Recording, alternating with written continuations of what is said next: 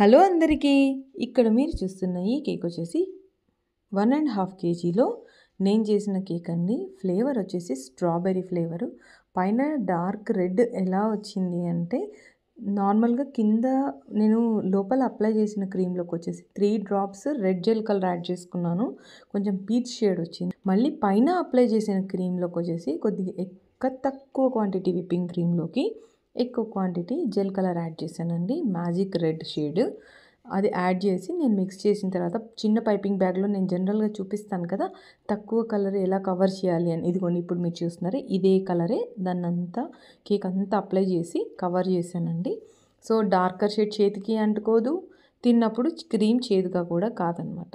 So ఇది మీరు చూస్తే ఎందుకు ఈ బౌ ఇలా పడుకుంది అంటే ఫాండెంట్ బౌ కాదు, కేక్ డౌతో చేసింది అనమాట. కేక్ ఫ్లేవర్ వచ్చేసి స్ట్రాబెర్రీ. సో వాళ్ళు ఏం చేశారు, ఫాండెంట్ వద్దన్నారనమాట.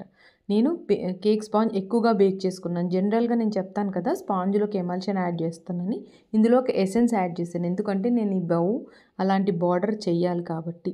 సో ఇదే అనమాట. ఈ కేక్ లుక్ మీకు ఎలా అనిపించిందో కామెంట్ చేయండి. పైన ఎడిబుల్ పెరర్స్ వేసి లుక్ ఫినిష్ చేశాను.